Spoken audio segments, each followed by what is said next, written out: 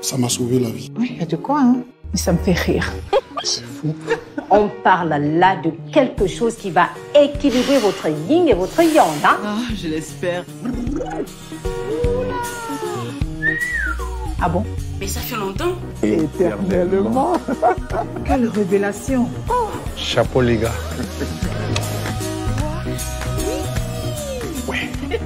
Ça sera fabuleux, merveilleux. C'est une marque que j'aime bien. Ça circule partout sur les réseaux, c'est devenu le hashtag du moment. J'en veux encore et encore. Et fait immédiat. Téléchargez l'application ou connectez-vous sur la plateforme tv5monplus.com.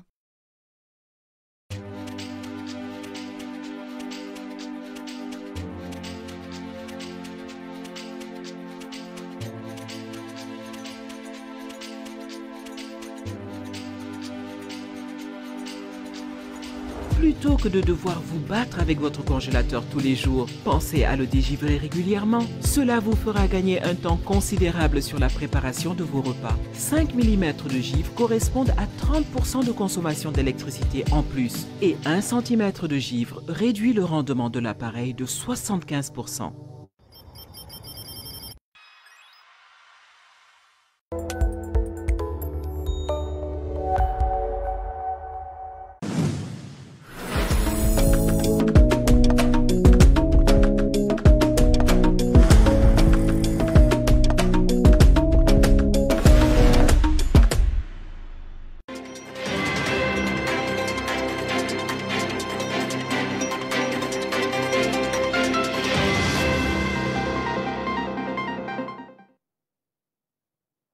Madame, Monsieur, bonsoir. Bienvenue dans le 20h de la RTS. Voici les titres de ce journal.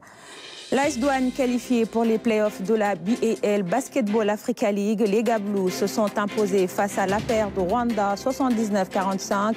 Le match s'est déroulé sous les yeux de 2 supporters spéciaux, les présidents Bassirou Diomaye Diakhar Faye et son homologue rwandais Paul Kagame. Également dans l'actualité, la saisie de 30 tonnes de poissons juvéniles. L'opération est menée à Mbao par des agents de l'aire marine protégée de Gorée. La marchandise est estimée à 100 millions de francs CFA. Et puis en santé, on s'intéresse aux troubles osseux chez les enfants, faute de spécialistes dans notre pays. Les médecins du centre Albert Royer de Fannes comptent sur les missions de partenaires étrangers pour soigner leurs patients. C'est le dossier santé de ce journal à suivre avec Fanta Badji.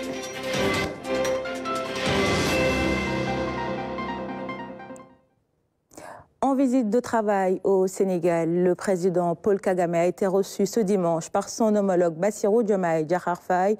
Les 2 chefs d'État ont réaffirmé leur volonté de renforcer la coopération entre Dakar et Kigali autour d'un déjeuner privé. Les principaux enjeux bilatéraux ont également été abordés à Aboubakry Kane. Une visite de travail qui vient consolider les liens d'amitié et de coopération entre le Rwanda et le Sénégal. À travers ces entretiens de haut niveau, le président Bassirou Diomaye Faye et son homologue Paul Kagame ont passé en revue les divers aspects de la coopération bilatérale. Les discussions au cours d'un déjeuner privé ont porté notamment sur les moyens de renforcer les échanges commerciaux, économiques et culturels entre Dakar et Kigali. Des échanges qui consacrent, au-delà des enjeux bilatéraux, une parfaite convergence de vues sur des questions régionales et internationales. Au programme également, les 2 chefs d'État sont attendus à Diamniadio pour les besoins de la conférence Sahara de la balle, la Basketball Africa League. Le président Bassirou Diomaye Diakhar Faye et son homologue rwandais Paul Kagame ont assisté cet après-midi au dernier match de la conférence Sahara de la Basketball Africa League. La rencontre opposait l'AS Douanes du Sénégal et la paire Rwanda, armée patriotique du Rwandais. Un match plaisant et très rythmé sous le regard des supporters de marque que sont les 2 chefs d'État. Aboubakry Kane. Le palais des sports de Diamniadio ou Dakar Arena à l'honneur. Des hôtes de marque pour le compte de la dernière journée de la conférence Sahara de la Basketball Africa League. Les présidents Bassirou Diomaye Faye et Paul Kagame sont venus assister au match AS Douanes du Sénégal contre l'armée patriotique rwandaise APR. L'enjeu, c'est la qualification au Final 8 qui se tiendra au Kigali Arena du 24 mai au 1er juin. Un match très rythmé sous l'œil des présidents Diomaye et Kagame, dominé à la fin du premier quart-temps par les Gaboulés, 23-18. Des moments de communion avec la jeunesse amoureuse de la balle orange. De retour sur le parquet, l'AS Douanes accentue sa domination et gère tranquillement son avance. À la mi-temps, les Gaboulous tiennent les Rwandais à distance avec 16 points de plus au tableau d'affichage. Au terme d'un match maîtrisé de bout en bout, l'AS Douanes s'impose sur le score de 79 à 54. Le président sénégalais se félicite de cette performance de l'AS Douanes. Les douaniers se qualifient ainsi pour les play-offs de la BAL 2024. Les play-offs de la BAL 2024 se dérouleront à Kigali, au Rwanda. Un début satisfaisant marqué par des actes de rupture majeure. Ayib Daffé apprécie la gouvernance du président Bassirou Diomaye Diakhar Faye. Le député secrétaire général par intérim de PASTEF était l'invité de l'émission Point de vue avec Omar Nying. On l'écoute. Il y a beaucoup de satisfaction par rapport à la manière, à la gouvernance du président de la République, Bassirou Diomaye Faye. Même si les mesures concernant la vie des populations sont encore attendues. Il y a de l'impatience parce que même vous venez de le dire, on vient de boucler un mois. Donc les mesures sont en cours d'élaboration et vont être prises très bientôt. Mais ce qui est le plus important, il y a quand même des actes de rupture majeurs qui ont été, donc, qui sont matérialisés. Le fait, en tout cas, d'avoir un gouvernement resserré, avec 25 ministres, 5 secrétaires d'État, c'était une promesse qui a été tenue. Le président de la République a démissionné de ses fonctions dans le parti. En tout cas, on a demandé aux membres du gouvernement d'éviter le cumul. Il a demandé également, on voit également beaucoup de sobriété, d'humilité dans les actions du gouvernement. Et le plus important aussi, qu'il faut, c'est-à-dire, il insiste beaucoup sur l'unité nationale. La rupture, en tout cas, est consacrée. Et maintenant, il faudrait que tous les Sénégalais, quel que soit leur bord politique, quelle que soit leur corporation, quelle que soit, en tout cas, leur appartenance, s'y mettent, parce que le président de la République et le gouvernement tout seul ne peuvent pas changer ce pays-là. Donc le projet de transformation systémique doit être réalisé avec l'apport de tous les Sénégalais, et qu'ils soient ici au Sénégal et dans la diaspora, ainsi qu'avec nos partenaires étrangers et nos amis, donc que ce soit nos voisins dans le cadre, bien sûr, du panafricanisme et de l'idéal de l'unité africaine. Le ministre de l'Environnement est en tournée en Casamance. Daouda Ngom était à Agnac, la première étape de sa visite. Dans ce village, les populations se relèvent après la crise. Les femmes sont accompagnées par la direction des aires marines protégées dans l'exploitation de périmètres maraîchers. Sur place, le ministre a salué l'initiative Abdoulaye Sinkare. Agnac Petit, dans la commune d'Adéane, une localité autrefois déchirée par la crise casamançaise. C'est de la volonté de restaurer la cohésion sociale qu'est né ce bloc maraîcher avec l'appui du Soforal. Ce périmètre qui a été financé par nos partenaires espagnols, ce périmètre, ce bloc maraîcher de Agnac Petit, effectivement a été le lieu où nous avions pu aider les ethnies à se parler et à se réconcilier. En plus, bien entendu, de permettre aux femmes d'avoir beaucoup plus de revenus économiques. Ces femmes peuvent aujourd'hui compter sur l'accompagnement de l'aire marine protégée Kassa Balantokunda à travers le projet AMP Mangrove. Ils sont en train de travailler pour renforcer les capacités des femmes et les former et, pour qu'elles puissent mener des activités génératrices de revenus.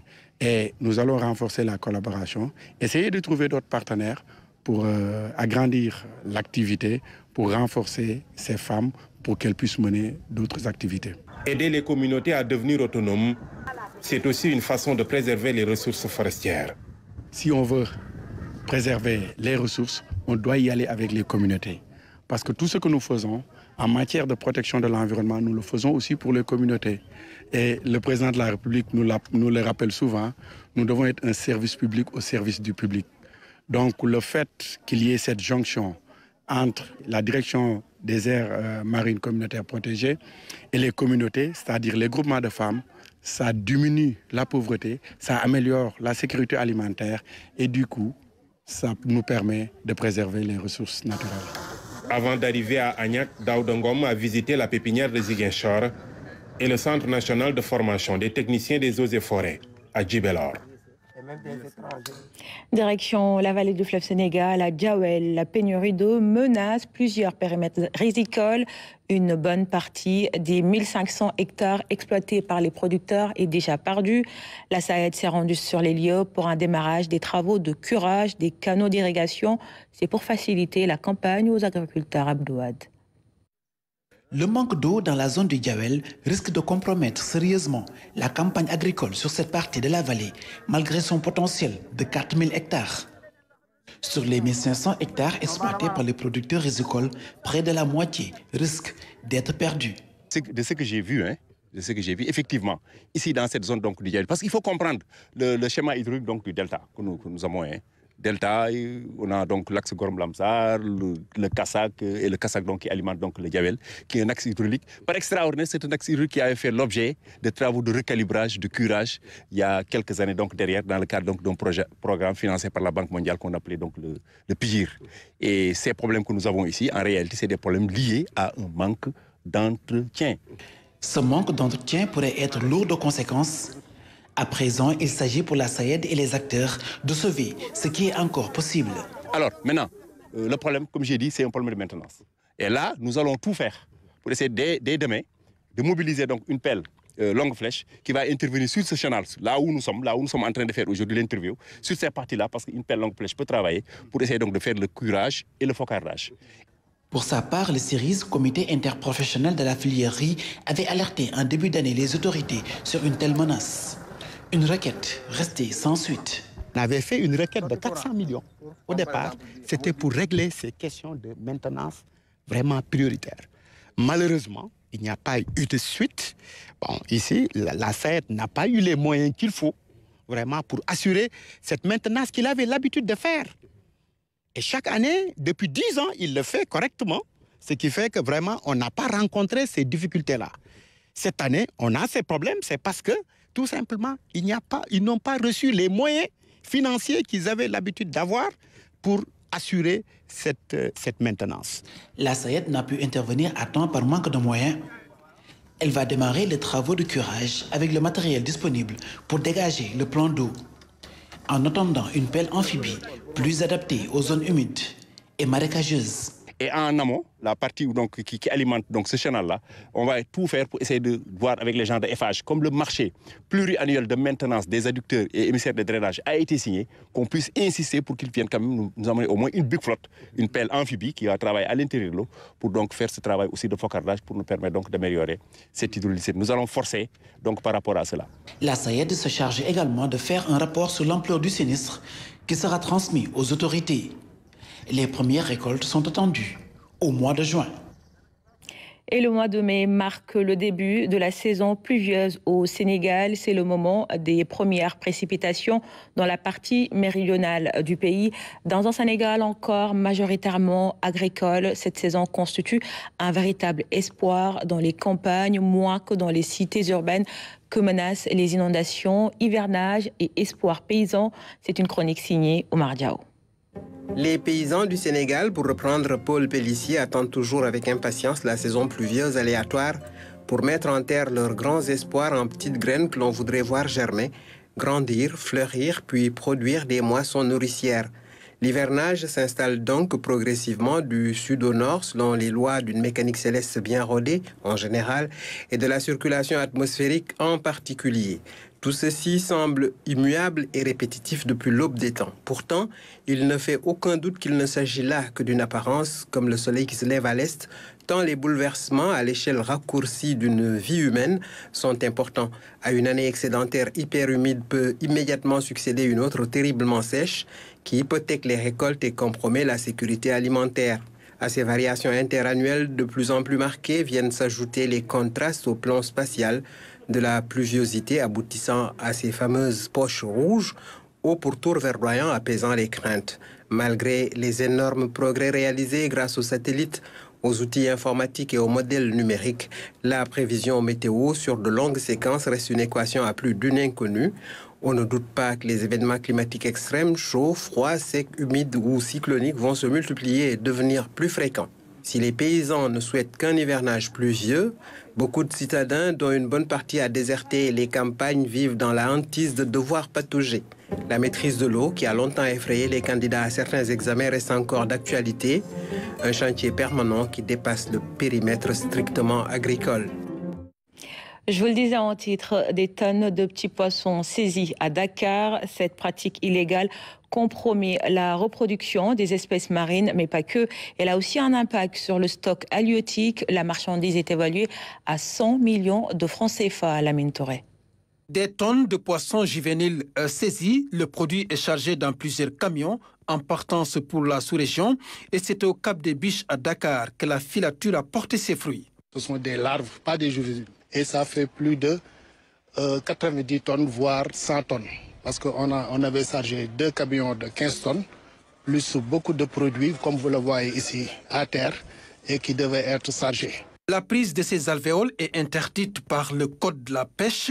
Dans l'aire marine protégée de Corée, cette activité illicite est entretenue par des pêcheurs artisanaux avec la complicité de certains individus, selon l'inspecteur régional des pêches de Dakar. Et c'est l'écosystème marin qui est touché. Aujourd'hui, quand on quantifie ce produit-là en produit frais, ça peut faire plus de 200 tonnes. Et ce sont des produits qui constituent la première chaîne alimentaire. Ça fait arriver les gros poissons qui constituent leur première nourriture et en même temps ces poissons demain vont devenir de gros poissons. Et si tout le monde dit qu'il y a une conjoncture, c'est difficile, on va aller vers ces petits produits-là. Demain, d'ici 1 an, 2 ans, il n'y aura plus de poissons. Une opération qui intervient dans un contexte où l'État du Sénégal a pris des mesures fortes pour assainir le secteur de la pêche. Il y va de notre responsabilité. Ce qui crie dans les réseaux sociaux que les poissons sont revenus, ce n'est pas vrai. Chaque année, dans ces mers du Sud, qui sont des zones frayères et des nurseries, parce que c'est des mers assez calmes, les poissons naissent là-bas et ils grandissent. Si on les attaque et qu'on les décime là-bas, demain, nos ménages n'auront plus de poissons et ça va être extrêmement dur parce que ça remet en question la sécurité alimentaire dans notre pays. Une synergie d'action est préconisée pour endiguer le mal. On va faire des opérations combinées. Ce n'est plus l'affaire unique du service des pêches, ce n'est plus l'affaire unique de l'AMP, ce n'est plus l'affaire unique de la gendarmerie ni la marine, mais désormais, il faut que les gens comprennent, il faut que les acteurs comprennent que de nouvelles mesures sont mises en point et qu'on va faire des opérations mixtes, des coopérations combinées pour éradiquer ce phénomène-là. Cette saisie des alvéoles au Cap des Biches à Dakar renseigne à suffisance que le mal dans l'utilisation abusive de nos ressources halieutiques peut venir de l'intérieur. Nouvel épisode sur notre série de reportages sur le moringa, la plante miracle, un allié pour la santé. Elle s'impose dans nos assiettes et rituels de beauté sous forme de feuilles, de graines ou de racines. Elle se déguste en infusion, plat ou encore gâteau, mais aussi en poudre, en huile ou en gélule pour profiter de ses bienfaits sur l'organisme. Le moringa sous toutes ses formes, un reportage signé Ramatadem. Le moringa, aliment ou médicament? C'est la question que l'on se pose aujourd'hui vu toutes les vertus qu'on lui octroie. Il serait un antidiabétique, il serait efficace contre l'inflammation chronique, contre l'arthrose, contre les maladies cardiaques, l'hypercholestérolémie. Il serait même un médicament contre le cancer. Et la grande question, c'est de savoir, est-ce qu'il y a une base ou une validité scientifique par rapport à toutes ces allégations? Et c'est très simple, la réponse est non. En fait, quand on regarde, on parcourt la littérature scientifique, on se rend compte qu'il y a très peu de preuves scientifiques qui pourraient étayer la prescription en fait, du moringa comme un aliment thérapeutique pour ceux que je viens de citer. Il y en a très peu. Or, le moringa est utilisé sous plusieurs formes, en gélule, en tisane, en jus et surtout sans modération. Certains diabétiques ont même remplacé leurs médicaments par le moringa. Ou alors ont abandonné toute notion d'alimentation équilibrée, de pratique du sport au profit du moringa en se disant que ça va faire baisser leur taux de sucre. Et finalement, ces diabétiques-là se retrouvent avec des diabètes très déséquilibrés et avec des complications du diabète. Il est certes riche en vitamines et minéraux. Et on a dit que le moringa était très riche. En fait, c'est une réalité que le moringa est très riche en vitamine C. Je prends cet exemple-là. La vitamine C, qui est évidemment une vitamine qui est très importante, eh bien, il faut savoir que à travers le processus de séchage du moringa, déjà une énorme partie de cette vitamine C est perdue. Alors, quand le moringa est en plus traité à la chaleur, que ce soit bouilli ou en infusion, etc., l'autre partie de la vitamine C est probablement perdue aussi. On dit que le moringa est très riche en fer et que même ce serait un excellent complément alimentaire pour ces personnes qui ont une carence en fer. Malheureusement, le fer qui est contenu dans le moringa, d'abord, c'est vrai, au 100 grammes, il y a pas mal de fer. Mais le moringa est une feuille qui est très, très légère. Donc, il faudrait vraiment manger des kilos de moringa pour avoir quelques milligrammes de fer. Et ces milligrammes de fer, ce fer-là qui est contenu dans le moringa, c'est du fer qu'on appelle du fer non héminique. C'est-à-dire, c'est le fer que le corps absorbe très peu. Donc, encore une fois, le moringa ne serait pas une source de fer significative. Considéré comme une plante miracle, le moringa est utilisé sous toutes ses formes, liquide, solide, en poudre. Des femmes ici s'intéressent d'ailleurs au moringa et créent des recettes à base de cette poudre magique. Maïté, qui utilise beaucoup de produits locaux, s'est lancée dans les biscuits à base de moringa. Farine de mil et moringa, ils ont des propriétés qui vont très bien ensemble. Et même ma clientèle m'a dit que comme goût aussi, c'est agréable, quoi. Mais elle est du même avis que le docteur Bintou Chersek. Il faut y aller avec modération. Le moringa a assez bien fait, mais comme toute chose, parce qu'il est arrivé, bon, pas directement à moi, mais à des connaissances, ils ont su le moringa, ça fait du bien, allez hop, moringa, moringa, moringa, et ils sont finis à l'hôpital. Donc, au lieu de finir par des bienfaits, donc, comme toute chose, il ne faut pas abuser, quoi. Fanta, elle, se spécialise dans le jus et le gâteau à base de moringa. Des jus où les feuilles sont bien choisies et mixées pour garder toutes les valeurs nutritives. C'est beaucoup pasteurisé. On évite de pasteuriser le moringa, car ça diminue beaucoup ses valeurs nutritives et ça change même la couleur. En fait, je suis une personne de nature un peu curieuse, tout ce qui est culinaire et tout. J'aime tester, j'aime me challenger chaque jour, surtout avec les produits naturels. Tout ce qui est moringa, tout ce qui est chouché, j'aime bien. Le moringa est également utilisé dans la cosmétique. Il aurait des vertus pour les cheveux et la peau. Laure Barry a introduit le moringa dans la fabrication de ses produits capillaires, ses crèmes pour la peau et même dans ses parfums. Mais dans le domaine cosmétique, on l'utilise spécialement pour son pouvoir pénétrant, très nourrissant. C'est une huile qui n'est pas forcément lourde. Elle est pénétrante, mais elle est très nourrissante. Donc, on l'utilise aussi bien pour les produits capillaires que pour les produits corporels, pour les produits visage, etc. Et vous allez voir qu'on a toute une gamme également de produits aussi bien corporels que senteurs à base de moringa. Et Sherona Koundoul a également dans son laboratoire fabriqué sa poudre de moringa. Il a déshydraté à basse température les feuilles de moringa pendant 10 heures, les a broyées pour en faire une fine et légère poudre qu'il appelle l'or vert, tout simplement pour ses vertus, mais également sa capacité à sublimer ses préparations. Il a fait des biscuits de moringa avec la farine de manioc, un gâteau de moringa avec sa poudre magique qui lui vaut cette magnifique couleur et un smoothie de moringa avec du lait et de la banane sans sucre ajouté. Un vrai délice pour les papilles et un réel plaisir pour les yeux. Produit boo xam ne dañ koy conseiller souvent les personnes diabétiques dañuy gis ne même bu fekkee dañoo utiliser ay aliments yoo xam ne dafa am sucre après mën nañoo jël ay graines. Les diabétiques consomment du moringa pour baisser le taux de sucre. C'est pour cela que l'on prépare des pâtisseries et boissons à base de moringa et sans sucre ajouté. Mais bu dee biscuit yi mën nga si def sucre comme mën nga si bañ a def sucre. Le moringa ou nebeda est riche en nutriments, mais il ne faut en aucun cas en faire un médicament. Vous pouvez tout de même l'utiliser dans votre alimentation tout en respectant les normes de transformation pour éviter tout risque de perdre ses valeurs nutritives. Et toujours respecter l'avis de votre médecin traitant. En attendant, bon appétit. En santé, focus sur les troubles osseux chez l'enfant. Ils sont fréquents et leur traitement nécessite souvent une intervention chirurgicale. Malheureusement, il n'y a pas de chirurgien orthopédiste pédiatrique au Sénégal. À l'hôpital d'enfants Albert Royer de Fann, les spécialistes comptent sur les missions de partenaires étrangers pour soigner le maximum de patients. On en parle avec Fanta Badji dans la rubrique santé de ce dimanche. Une déformation des membres supérieurs et inférieurs chez l'enfant. L'affection est un trouble osseux. La maladie est fréquente au Sénégal. Les déviations axiales des membres inférieurs, les puébo-varius équins, et également les malformations des membres supérieurs, comme les séquelles du plexus, des pathologies du plexus brachial. Les causes des maladies osseuses chez l'enfant sont diverses.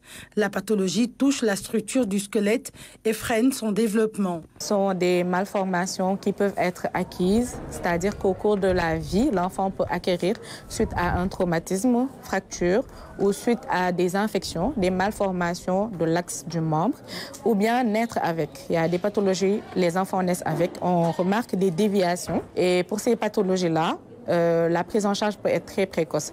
Par contre, pour les pathologies acquises, la plupart du temps, soit c'est une fracture qui entraîne ça. Au cours de la guérison, l'enfant présente une déviation anormale du membre qui était fracturé, ou au cours d'une infection qui a été prise en charge tardivement ou de manière inadéquate. Ces malformations-là peuvent survenir. Une intervention chirurgicale permet cependant de corriger ces malformations. Mais il faut une prise en charge précoce pour éviter le handicap.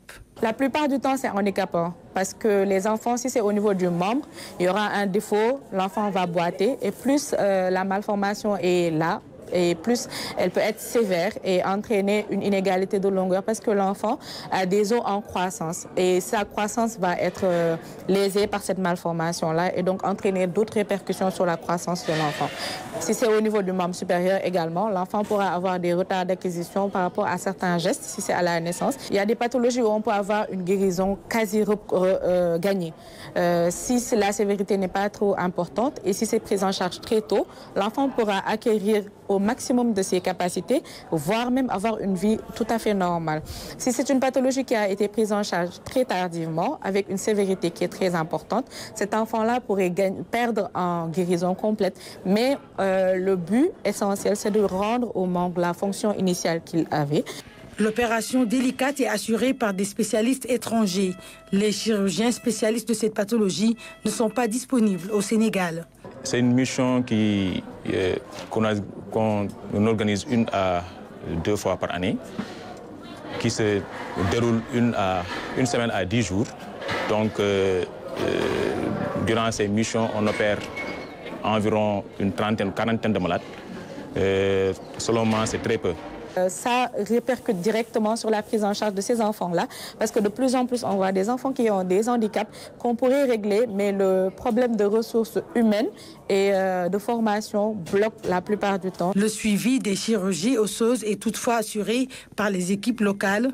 Quand ils sont bien réveillés, on les amène, on les met dans leur lit. C'est là où on continue les soins, des pansements, des surveillances jusqu'à la sortie du malade. Minimum, c'est 3 jours d'hospitalisation. Les orthopédies, ces genres de missions-là, on n'a pas assez de place pour prendre tous les enfants. Une vingtaine d'enfants que tu dois opérer dans les une semaine ou dans les 10 jours, tu es obligé de raccourcir la durée d'hospitalisation. C'est minimum 48 heures ou 112 heures d'hospitalisation. Nous sommes entièrement responsables du suivi de ces patients, ce qui également doit mettre le point sur la nécessité d'être formé localement pour pouvoir assurer non seulement la prise en charge chirurgicale, mais également un bon suivi pour permettre d'avoir un maximum de bons résultats. Les chirurgiens pédiatres invitent les autorités étatiques et universitaires à instituer la filière chirurgie orthopédie pédiatrique pour soigner le maximum d'enfants atteints de ces malformations osseuses. C'est des spécialités qui n'existent pas au Sénégal. Il faut aller ailleurs. Ils peuvent quand même accompagner les jeunes chirurgiens à aller se faire former. Comme ça, ils pourront revenir opérer nos malades et continuer ainsi la formation des jeunes. De nombreux enfants en pleine croissance vivent avec ces malformations osseuses. Tous ne peuvent bénéficier d'une prise en charge adéquate. Le déficit de plateaux techniques adaptés et de spécialistes constitue un réel problème pour eux et leurs familles. Dans votre rendez-vous dominical, le dimanche soir, la question encore de la restitution des biens culturels. Cette fois-ci, il s'agit de l'art contemporain, de l'art sénégalais post-indépendance. Ken Achassi, fondatrice de la plateforme War Art, était sur le plateau du dimanche soir. Voici un extrait de son passage. Cette histoire étant liée particulièrement à notre histoire familiale, puisque mon père est un grand peintre de ce pays, machallah. El Hachi. J'étais en quête de réponses et il fallait que je les trouve quelque part. Une démarche familiale, finalement, je me suis intéressée à une archive nationale. Et le Survival Kit, c'est ça. Donc, c'est 4 ans de recherche qui nous mènent à une histoire de l'art contemporaine sénégalaise, post-indépendance, de 1960 à 1990. Ce qui a été fascinant dans cette démarche, c'est que le patrimoine n'est pas là. Et j'ai dû faire des applications les unes après les autres pour aller en quête de ces réponses-là. Trouver le patrimoine sénégalais en Allemagne, en Angleterre, ça a été très violent pour moi parce que j'ai dû demander des autorisations pour accéder aux œuvres de mon père, par exemple. Tout à fait. Et El Hachi a amené avec lui beaucoup d'artistes. Quand il fait l'anthologie des arts en 1984, il y a Fodé Camara, il y a Issa Samb, plus connu sous le nom de Joachim. Quand je vais à Iva Leva House, qui est un musée lié à l'université de Beyrouth, je retrouve des œuvres de Amadouba qui n'ont jamais été vues au Sénégal. Absolument. Et qui ont été acquéries en toute légalité. Attention, elles n'ont pas été pillées. Maintenant, la question, c'est comment ça se fait qu'on doit faire tout ce processus-là pour accéder à cette histoire-là. Qui est en droit d'avoir ça? Ça rejoint la polémique qu'il y a eu récemment avec la bibliothèque de Senghor. Tout à fait. Ce sont des questions qui sont pour moi très actuelles. Et c'est vrai que la restitution a posé énormément de questions par rapport aux artefacts, à des choses qui sont très lointaines dans notre histoire. Mais dans l'histoire contemporaine, c'est des questions qui se posent. On m'a interdit d'accès à certains musées. Quand je pense à Pape Ibratal, on a refusé que j'accède à ces 40 ans d'exposition. Retour sur la 22e édition de la journée culturelle dédiée à Mame Cheikh Ibrahima Fall. L'événement a permis de revisiter la vie et l'œuvre du guide des Baye Fall à travers des expositions, vernissages, causeries et conférences. La lecture du Saint-Coran, des Rassaïdes et des Zikrs ont aussi rythmé la célébration d'Amsila.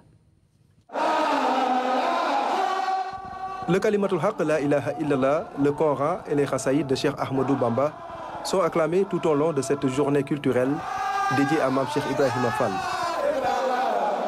Pour cette 22e édition, les fidèles Baye Fall ont rempli le stade Demba Diop dans une ferveur pleine de spiritualité.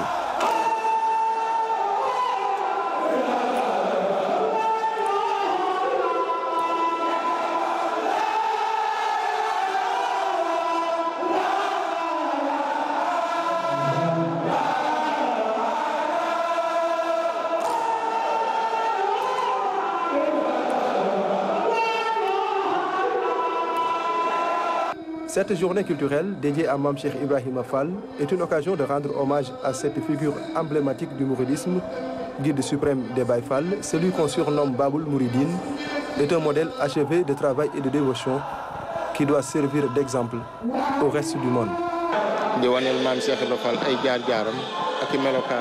Cette journée dédiée à Mame Cheikh Ibrahima Fall est capitale car elle permet de revisiter la vie et l'œuvre du saint homme. C'est un modèle qui doit inspirer tout le monde, toutes générations confondues. Nous en sommes à la 22e édition et nous comptons perpétuer l'événement.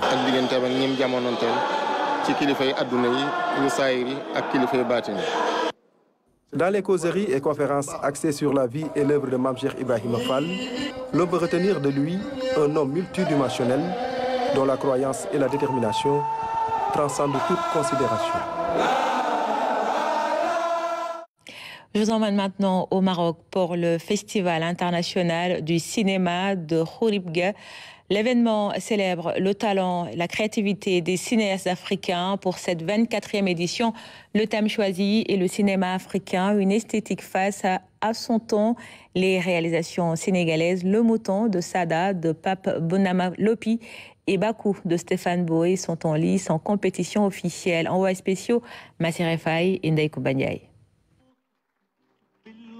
Pour cette édition, un programme riche a été mis en place. 13 réalisations de 12 pays seront projetées dans la catégorie long métrage. Le Sénégal est bien représenté. C'est l'histoire de Sada, âgé de 9 ans, qui a eu une amitié avec un mouton qu'il a vu grandir, que son père voulait tuer et l'enfant fugue avec l'animal pour le sauver de la mort parce que c'est son ami.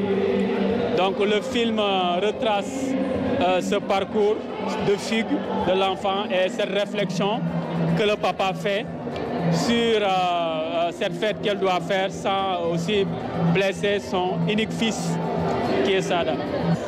Ça nous fait plaisir de voir les films voyager, de voir les films regardés par le public qui est la cible, et on est content de savoir qu'ici à Khouribga, le film sera vu, et il faut noter que c'est la première marocaine et qu'après Khouribga, le film aussi va être programmé à la Cinémathèque de Tanger. Le cinéma africain a franchi des étapes importantes pour s'imposer au niveau mondial.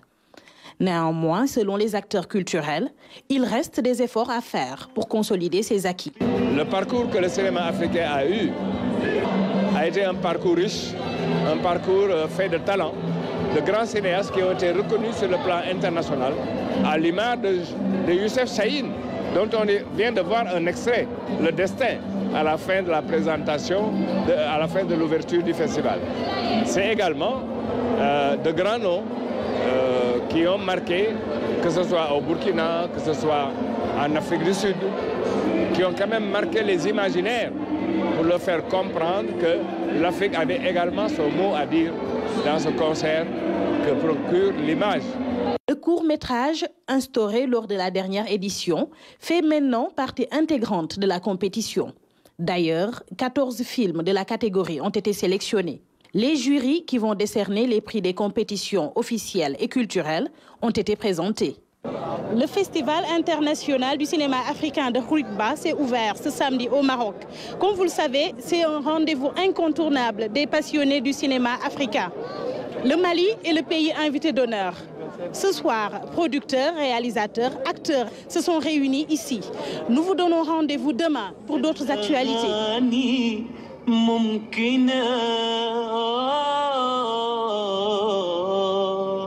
Au chapitre culture, toujours, il y a 12 ans, nous quittait Jules François Bocandé pour honorer sa mémoire et valoriser son héritage. Les réalisateurs Maki Madibassila et Lionel Bourki ont initié une série d'activités à Ziguinchor et à Sédhiou pour la présentation du film documentaire Essamaï Bocandé, La Panthère. La famille du défunt a salué l'initiative. Michel Mendy a assisté à l'événement. Devant le fait radical de la mort, tu émerges, édifice flamboyant, pour apporter à l'humanisme sénégalais les notes d'espérance d'un football renaissant. Seigneur, je veux prier pour le tragique Bocandé. Des prières pour le repos éternel de la légende du football Jules-François Bocandé, disparu le 7 mai 2012 suite à une maladie. 12 ans après, son souvenir reste encore vif dans la mémoire de ses proches et de tous ceux qui l'ont connu. En ce jour commémorant sa disparition, cinéastes, écrivains, historiens, autorités et membres de la famille Bokandé ont pris part à une table ronde sur l'héritage du Samaï. Jules n'était pas seulement un footballeur talentueux, mais également un exemple de générosité, de passion et de détermination. En ce jour où nous nous remémorons sa vie et son héritage, nous ne pouvons être que reconnaissants pour l'opportunité qui nous est offerte de le célébrer à nouveau. Enfin, je tiens à remercier chacun d'entre vous pour votre présence aujourd'hui et votre contribution à rendre aussi significatif et mémorable cet hommage. L'événement a eu comme parrain l'actuel coach de l'équipe nationale de football, Aliou Cissé. Moi, j'étais très jeune quand je l'ai vu commencer. On m'a raconté son histoire avec le Casa et puis avec l'équipe nationale du Sénégal. Il a été un idole pour moi, il a été une référence pour moi, pour toute une génération. Et quand il était avec nous en équipe nationale, c'était quelqu'un qui conseillait beaucoup les joueurs. Donc être parent aujourd'hui, vraiment, c'est une fierté pour moi et c'est un honneur d'être là pour ça. La table ronde est suivie du vernissage d'une exposition qui retrace le parcours de Bokandé, de sa jeunesse à l'équipe nationale en passant par le Casa Sport, la Belgique et la France. Pour nous, cette célébration, c'était pour marquer la mémoire de Jules-François Bokandé, pour rendre un hommage à ce sportif qui a marqué en fait le sport sénégalais, mais aussi le sport international. Il fait partie du patrimoine sénégalais, donc pour nous, c'était important de lui rendre un hommage et de faire perpétuer sa mémoire et voilà, auprès du peuple sénégalais. À l'occasion de cette commémoration, le film Samaï Bokandé la Panthère de Maki Madibasila et Lionel Bourki a été projeté à Ziguinchor et à Sédhiou. Un devoir de mémoire inspiré par le livre Bokandé l'éternel de Abdoulaye Diop. Il servira d'outil pour la lutte contre l'oubli. Vraiment un grand merci encore à toute l'équipe de production. C'était vraiment quelque chose d'émouvant, quelque chose de fort. Et je suis d'autant plus fier car énormément de monde a répondu présent. Et pour moi, c'est vraiment non seulement une fierté, une joie, et je pense que c'est ça qui est à saluer aujourd'hui. Ça reste une archive sur la vie de Jules et ça pourrait rester dans la mémoire collective pour des générations et des générations à venir. Aujourd'hui, il y a plein de jeunes qui sont nés après que Jules ait raccroché les crampons et qui entendent parler de lui et qui ne savent pas exactement qui il est, ce qu'il a fait. Et je trouve que cette commémoration-là a son importance pour tous les jeunes qui vont naître après ou qui sont encore là et tout jeunes. Jules François Bertrand Bokandé a quitté ce bas monde à l'âge de 54 ans. Il repose au cimetière de Santhiaba de Ziguinchor, sur la terre de ses aïeux qu'il a vu grandir. L'actualité sportive de ce dimanche reste dominée par la qualification de l'AS Douanes au play-off de la BAL Basketball Africa League. Les Gablous se sont imposés cet après-midi face à l'APR Rwanda sur le score de 79-54. Suivons le résumé du match avec Ibrahim Mboup. Une qualification pour le Final 8 de la BAL au terme d'un match maîtrisé de bout en bout. Dans une Dakar Arena archi-comble, devant les présidents Bassirou Diomaye Faye et Paul Kagame, les douaniers ont rendu une copie très propre. Grâce à Mike Fofana et Harouna Abdoulaye, l'AS Douanes remporte le premier carton, 23-18. Axel Olenga Poyo a mené la danse côté rwandais. Solide en défense, efficace en attaque, l'AS Douanes déroule. Mike Fofana est en feu, le président Diomaye apprécie. Mike Fofana. Le collectif est bien huilé. Séquence small ball, conclue par une feinte à la Steph Curry et d'un shoot de Harouna Abdoulaye. À la mi-temps, l'AS Douanes mène par 44-28. Dans les deux derniers cartons, le club sénégalais ne lâche pas l'étreinte. L'AS Douanes se qualifie haut la main au play-off de la Basketball Africa League. Mike Fofana continue le show et termine la partie avec 27 points. Une performance XXL. Les douaniers ont fait le job et s'impose 79 à 54, 25 points d'écart. Et on va découvrir le classement ensemble. Retour sur la première réunion du comité exécutif COMEX de l'Association des loteries d'Afrique qui s'est tenue à Dakar. Les loteries membres de l'ALA se sont engagés à développer et à maintenir un environnement de jeu florissant et sécurisé. Ce rendez-vous coïncide avec la réalisation d'un chiffre record par la LONASE, 18 milliards de francs CFA. Lamine Fall et Maman Moussa Niang. Une rencontre stratégique pour décider du sort de l'industrie du jeu en Afrique. L'Association des loteries d'Afrique a un conclave à Dakar dans un contexte de croissance économique du continent. C'est un véritable honneur et un plaisir pour le Sénégal d'accueillir la première session du comité exécutif à l'issue de l'Assemblée générale élective qu'on a eue au Maroc le 8 mars dernier, où nous avons reconduit le président M. Draman Coulibaly comme président de l'AELA et où le Sénégal effectivement a intégré le comité exécutif en tant que vice-président. C'est un honneur pour nous vraiment d'être reçus ici par mon jeune frère DG de la LONASE qui a bien voulu, avec l'ensemble des autorités, organiser ce comité exécutif. Ce comité exécutif, organe chargé de la vision stratégique de l'Association des loteries d'Afrique, a rempli plusieurs rôles. La rencontre de Dakar s'avère déterminante dans la poursuite des objectifs. C'est un comité exécutif qui permet à l'ensemble des membres de discuter et d'arrêter quelque chose. Mais en tout cas, l'essentiel, c'est le règlement intérieur, la révision du règlement intérieur et des statuts de l'AELA. L'Association des loteries d'Afrique se veut un cadre essentiel d'intégration africaine, de partage d'expériences. À ce titre, la Loterie nationale sénégalaise se veut le bon élève de l'association. La LONASE constitue aujourd'hui pour toutes les sociétés de loterie africaines une source d'inspiration. On atteste le bénéfice exceptionnel de 18 milliards de francs CFA que vous avez réalisé en moins d'1 an d'exercice. Un chiffre d'affaires résultant d'une gestion rigoureuse et transparente et qui place la LONASE dans une dynamique de performance. La LONASE, elle a toujours été un exemple de gestion administrative concernant ses activités. Et nous nous réjouissons de cela.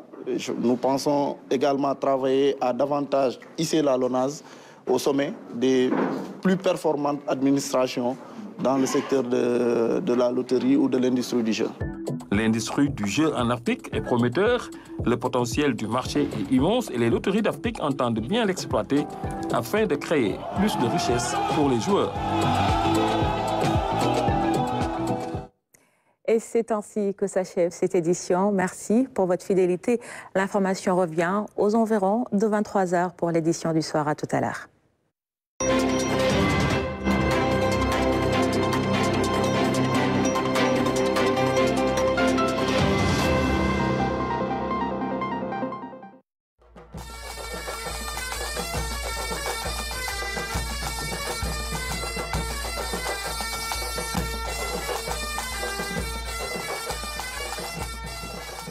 Bonsoir amis téléspectateurs, bienvenue sur la RTS 1 mbokk Tirfis